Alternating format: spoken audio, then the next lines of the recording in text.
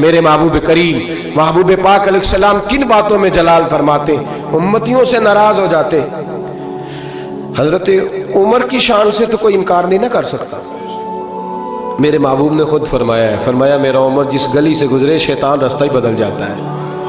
اور نبی پاک علیہ السلام کے ایک حدیث یوں بھی ہے، فرمایا جب تک عمر دنیا میں رہے گا جہنم کو تالا لگا رہے گا، یہ لوگوں کو گناہ ہی نہیں کرنے دے گا تو لوگ دوزخ میں جائیں گے کیسے، یہ تالا لگا دے گا دوزخ کو۔ اتنا عظیم شخص جناب عمر کہتے ہیں مجھ سے بھی حضور ایک دن ناراض ہو گئے، غضب سے ان کے خدا بچائے، غضب سے ان کے خدا بچائے، جلال باری عتاب میں مجھ سے بھی ناراض ہو گئے، اور گرا جو نگاہ سے ان کی وہ سنبھل نہیں سکتا۔ حضرت عمر فرماتے ہیں کئی مہینوں حضور کی ان جملوں کی اس ناراضگی کی ٹیسیں میرے سینے میں اٹھتی رہیں، اور آج بھی جب خیال آتا ہے تو میں اللہ کی بارگاہ میں سجدے میں گر جاتا ہوں کہ اللہ وہ میری بڑی خطا تھی۔ سنو حضرت عمر فاروق رضی اللہ تعالیٰ عنہ سے لوگوں نے کہا عمر ہوا کیا؟ تو فرمانے لگے مجھے پتہ چلا کہ تورات انجیل اور زبور بھی اللہ کی کتابیں ہیں، تو میں کہیں سے تورات اٹھا لایا اور مسجد نبوی میں نے بیٹھ کے پڑھنی شروع کر دی۔ فرمانے لگے مدینے کے محبوب تشریف لائے، حضور نے میری طرف دیکھا اور حضور تورات کو بھانپ گئے، دیکھ گئے کہ تورات ہے۔ نبی پاک نے فرمایا کیا پڑھ رہے ہو؟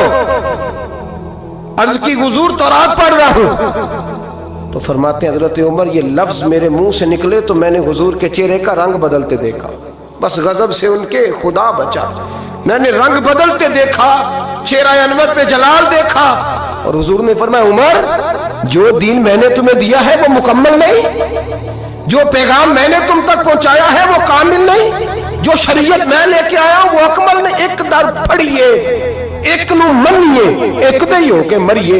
فرمایا وہ مکمل اور کامل نہیں، کامل نہیں۔ حضرت عمر کہتے ہیں یا رسول اللہ کیا ہوا؟ فرمایا تو تورات پڑھ رہا ہے۔ اور پھر حضور نے اگلے لفظ ادا فرمائے، فرمایا قسم مجھے اللہ کی عزت کی اگر آج موسیٰ حیات ظاہری میں ہوتے، سیدنا موسیٰ علیہ السلام اگر آج حیات ظاہری میں ہوتے تو فرمایا وہ میرا کلمہ پڑھ کے میری شریعت کی پیروی کرتے۔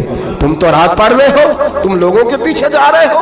فرمایا میں اپنی محبت کے معاملے میں کسی کی شراکت پسند، آپ لفظوں پہ غور کریں نا، جب مشکات میں حضور آئے ہیں تو ایک صحابی کہہ رہے تھے حضرت موسیٰ کلیم اللہ ہے، دوسرے کہہ رہے تھے جناب عیسیٰ روح اللہ ہے، تیسرے کہہ رہے تھے ابراہیم خلیل اللہ ہے۔ حضور نے کیا فرمایا ذرا انداز دیکھیے نا، ایک نو منیے ایک در پھڑیے تے ایک دئی ہو کے مریے۔ محبت میں شراکت داری قابل قبول ہے، یہ کیسے ہو سکتا ہے میرے سامنے کو کسی اور کا نام لے جائے؟ یہ ممکن ہے؟ وہی نہیں میاں شیر محمد شرک پوری رحمت اللہ تعالیٰ علیہ ریاکاری پہ بات کر رہے تھے، دکھاوا نہ کرو، دکھاوا نہ کرو، کسی اور کو اللہ کی عبادت میں شامل نہ کرو۔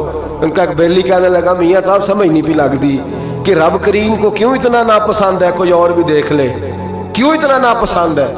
تو بندہ سادہ تھا، اس کو قرآن مجید کی آیات کی اور احادیث کے دلائل کی سمجھ نہیں آ رہی تھی، زیادہ ہی کمزور تھا، زیادہ ہی سادہ تھا، دیہاتی تھا۔ تو میاں صاحب کہنے لگے اور نہیں اللہ کی عبادت میں کسی اور، کہنے لگا بڑا حوصلہ ہوتا ہے بندوں کا، بندے دو تین لوگوں کو برداشت، اللہ کیوں ریاکاری کیا مطلب؟ تو میاں صاحب نے اس کو سمجھانے کے لیے مثال دی، سمجھانے کے لیے بلا مثال ہو بلا تشبیہ، صرف سمجھانے کے لیے۔ میاں صاحب فرمانے لگے آج گھر جانا اور اپنی بیوی سے کہنا تیرے سامنے کسی غیر کا نام لے۔ کہنے لگا حضور او دی میں زبان نہ کٹ دیا گا، پھر رہنا سو میرے گھر ہی رہنا سو نہ لے کے۔ تو آپ فرمانے لگے تیرا تو حوصلہ ایک دوسرے بندے کا نام کا نہیں ہے، حالانکہ تو اس کا مالک تو نہیں، صرف اس کا خاوند ہے، اور رب تو تیرا مالک ہے، اللہ مالک ہے، اس کے سامنے تو شراکت داری کرے۔ میرے حبیب پاک علیہ السلام نے محبت میں شراکت داری کو پسند۔ ایک صحابی کہہ رہے ہیں حضرت ابراہیم خلیل اللہ ہے، کہہ رہے ہیں جناب عیسیٰ ذبیح اللہ ہے، حضرت اسماعیل ذبیح اللہ ہے، تیسرے کہہ رہے ہیں موسیٰ کلیم اللہ ہے، چوتھے کہہ رہے ہیں حضرت عیسیٰ۔ حضور آئے فرمایا کیا کہہ رہے ہو؟ انا و انا حبیب اللہ، وہ سارے اپنی اپنی شانوں والے ہیں، تم میری طرف دیکھو، مجھے اللہ نے اپنا معبود بنایا ہے، میں اللہ کا معبود ہوں، تم دائیں بائیں کیوں دیکھتے ہو؟ میری طرف دیکھو۔